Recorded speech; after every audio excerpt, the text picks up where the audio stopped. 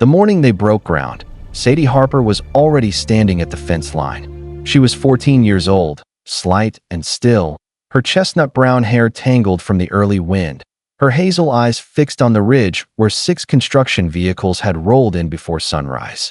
She had her green spiral notebook pressed against her chest the way other girls held phones. Worn jeans, muddy boots, a faded denim jacket over a plaid shirt. She looked like she belonged to that land the way a cottonwood belongs to a riverbank. Rooted, quiet, and older than she appeared. She watched the machines without a word. And then she opened her notebook and wrote, Day 1. They're building on the shelf. Nobody knew what that meant yet. Not her father. Not the engineers. Not the vice president of Meridian Capital Group, who'd flown in from Denver in a pressed Navy suit and hadn't once looked at the ground beneath his feet. But Sadie knew. And what she knew was about to cost them everything. If you've ever been the only one in the room who saw the truth, this story is for you. Subscribe, because some warnings only make sense after the damage is done. The Harper farm sat on 62 acres of eastern Montana Valley, and Ethan Harper had worked every inch of it since he was 19. He was in his late 40s now, weathered in the way honest men get weathered. Not broken, just worn smooth. Short dark blonde hair, threaded with gray.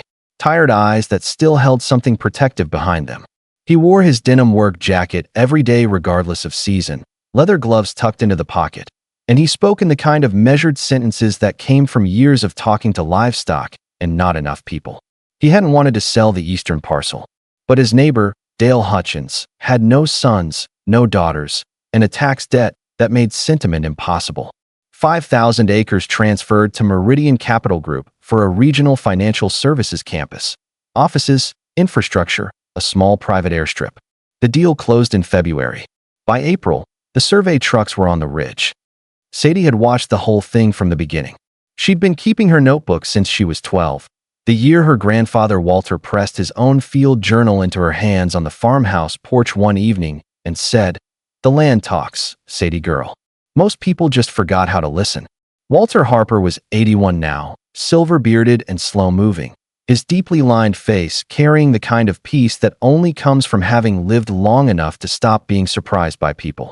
He spent his evenings in the same worn chair on that porch, the old leather-bound field journal in his lap, watching the light change over the valley like it was something sacred. He didn't say much anymore. But when Sadie showed him her notebook entries each week, he read them carefully, not once, and handed them back without dismissing a single word. One evening in March, before the construction trucks had fully arrived, Sadie sat beside him on the porch steps. "They're going to build on the eastern ridge," she said. Walter was quiet for a moment. "I know. You know about the channel. Wrote about it in 1987. He tapped the leather journal. "Marked it myself after the spring flood shifted the lower pasture. Runs deep. Stays pressurized." Sadie looked at him. "Did you tell Dad?" Walter's eyes moved slowly toward the ridge. "Your father believes in what he can see with his own eyes. Not much I can do about that." He wasn't wrong.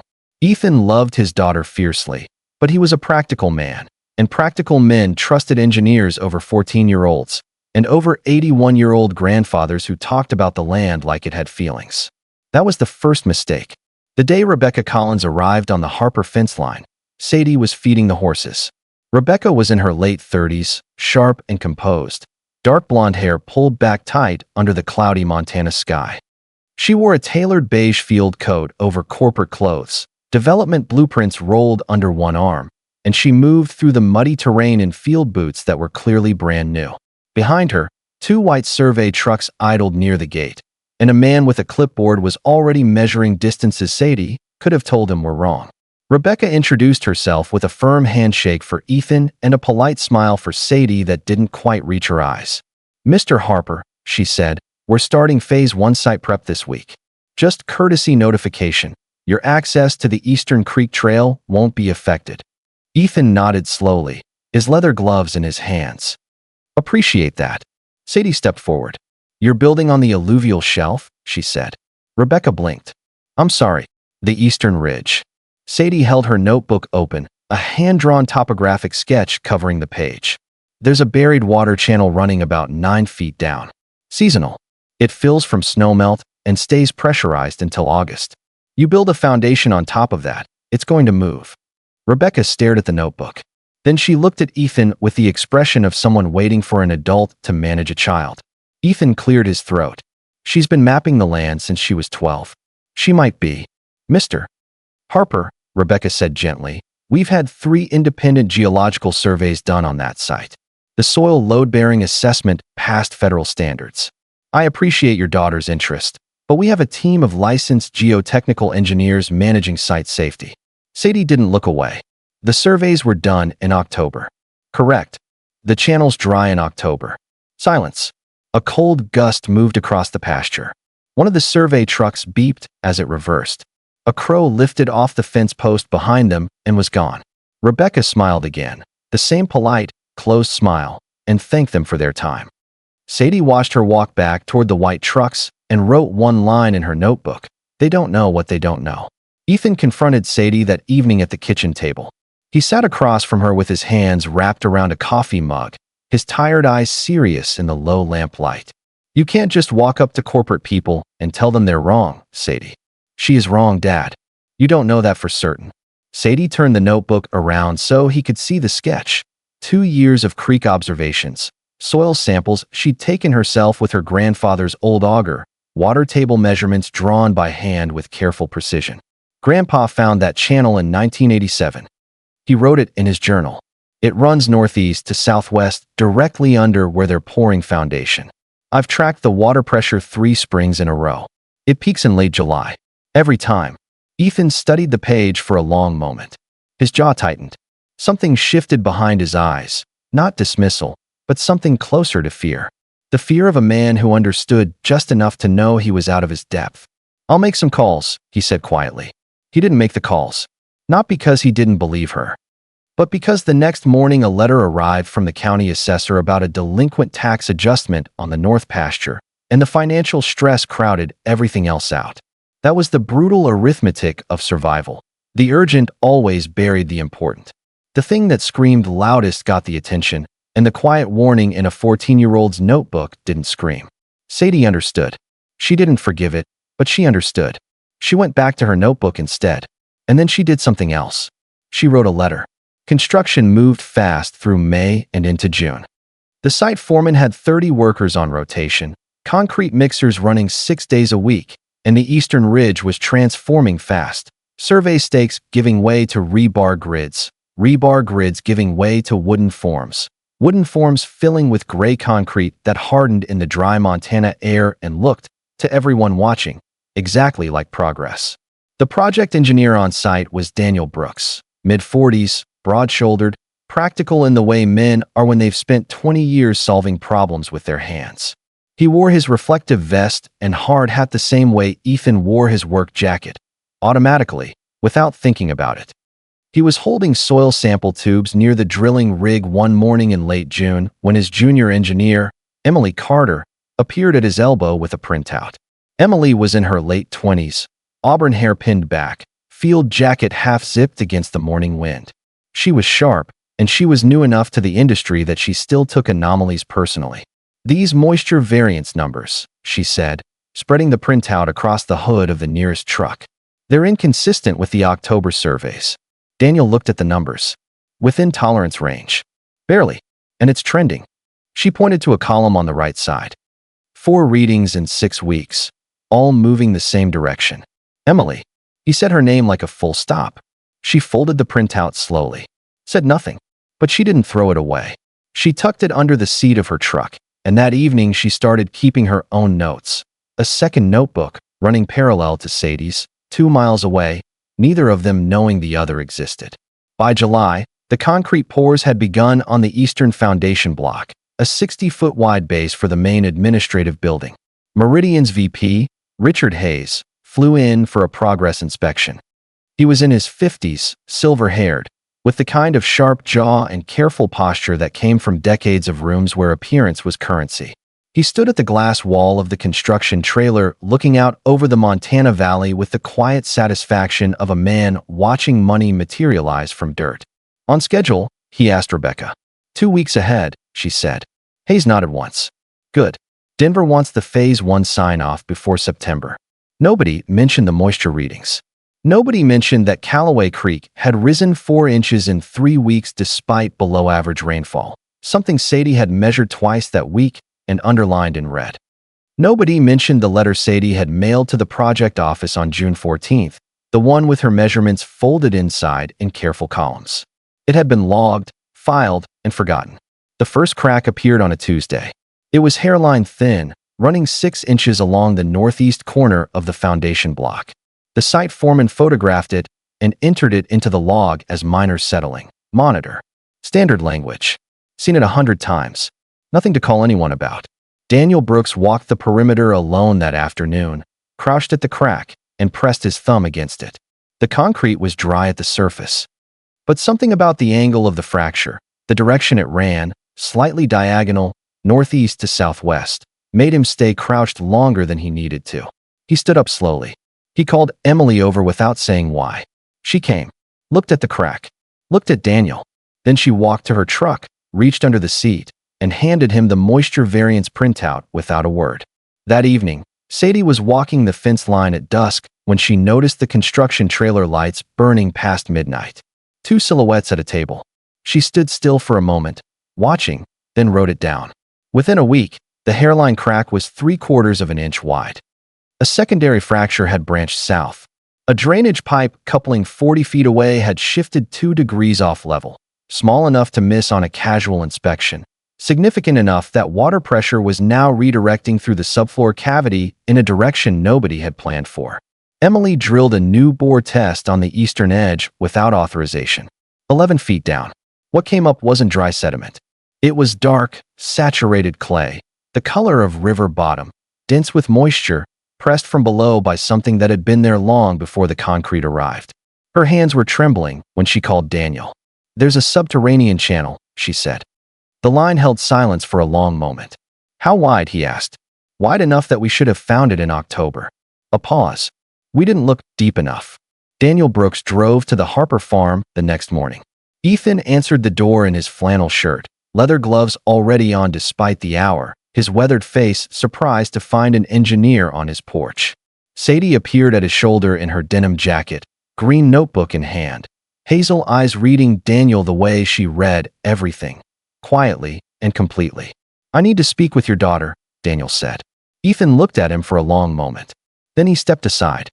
Sadie led Daniel out across the eastern pasture in the early morning mist, the cottonwood trees soft and gray along the creek line, the valley holding its breath around them. She opened her notebook and walked him through everything. 2 years of water table readings, soil observations, the channel location marked from her grandfather's 1987 journal, cross-referenced against her own bore samples from the previous spring. Daniel stood at the ridge looking down at the construction site with his hard hat held in both hands. "Why didn't you come back after Collins dismissed you?" he asked. "I did," Sadie said. "I wrote a letter to the project office in June. With all my measurements." Daniel turned. "I never saw a letter." "No," she said quietly. "I didn't think you had." Something crossed his face. He looked back at the site. "How bad is it going to get?" he asked. "Depends on when the channel peaks. Last 3 years it ran high through mid-August." She paused. "It's July 28th. The stop work order came down on August 3rd. Emily's bore report went to the State Geological Survey Office, and a federal structural assessment team was on site within 48 hours. What they found confirmed everything Sadie's notebook had said. A pressurized alluvial channel running northeast to southwest, now fully saturated beneath 60,000 pounds of poured concrete. The foundation block had shifted 1.4 inches off level. The drainage coupling failure had allowed water infiltration into the subfloor cavity of the partially constructed building. The main structure was condemned before the walls were finished. Richard Hayes sat in a glass-walled Denver conference room with the structural assessment spread across the table, his silver hair perfectly in place, his expression doing the quiet work of a man absorbing a loss too large to react to all at once. The projected damage on Phase 1 alone exceeded $14 million. Phase 2 was suspended. The private airstrip permit was pulled pending environmental review. The stock price dipped. The board called an emergency session. Rebecca Collins resigned 3 weeks after the stop work order. Her resignation letter was 2 paragraphs. The second paragraph contained one sentence. a sentence that would circulate internally for years as the most expensive thing anyone at Meridian Capital had ever written. The concerns raised by the adjacent landowner's daughter in April were consistent with what the final board data confirmed. She hadn't used Sadie's name, but it didn't matter. The litigation discovery process would find the June 14th letter, logged, filed, and left unanswered, and the name at the bottom would become part of the official geological record. 3 weeks before Emily Carter's first anomaly flag. 3 weeks before any licensed engineer had raised a concern. Sadie Harper had been first. Thomas Granger came to the Harper farm on a Thursday in late September. He was a regional bank official, mid-50s, a practical dark jacket instead of a suit, a notebook in hand, the kind of man sent to clean up what other men had broken. He stood at the fence line with Ethan on one side and Sadie on the other, looking at the silent construction site below, the orange survey flags still snapping in the autumn wind over a foundation that would never hold a building. "The company wants to make this right," Granger said. "Environmental restoration of Callaway Creek. Infrastructure compensation for the Harper property. A remediation timeline." "That's not why she did it," Ethan said. Granger stopped. She wasn't trying to stop the project. Ethan's voice was quiet, and something in it carried the weight of a man acknowledging a debt he couldn't fully repay. She was trying to save it. From the beginning. She tried to tell them. She wrote them a letter. He paused.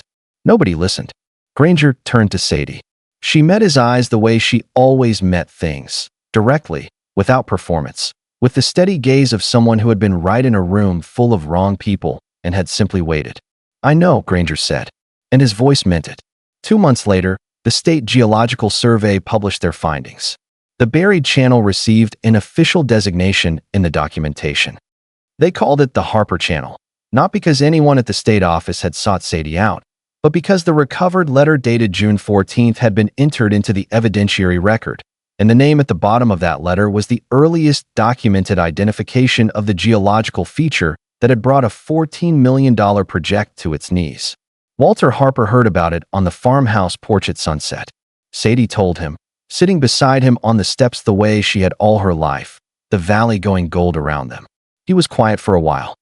Then he reached over and placed his hand over hers, his deeply lined, weathered hand over her small one still holding the green notebook. "I know," he said softly. The land knew too. On the last day of October, Sadie walked the fence line alone at dawn. The construction site below was silent. The failed foundation lay half-buried in frost. Callaway Creek moved quietly through the cottonwoods, its levels dropping as the season turned. The survey flags were gone. The white trucks were gone. The Meridian trailer was gone. Just the land, the way it had always been. She opened her green notebook to a blank page and stood there a long time, listening to the creek. Then she wrote, "The channel is resting now. Won't be quiet forever." She closed the notebook and pressed it to her chest. And then she heard it.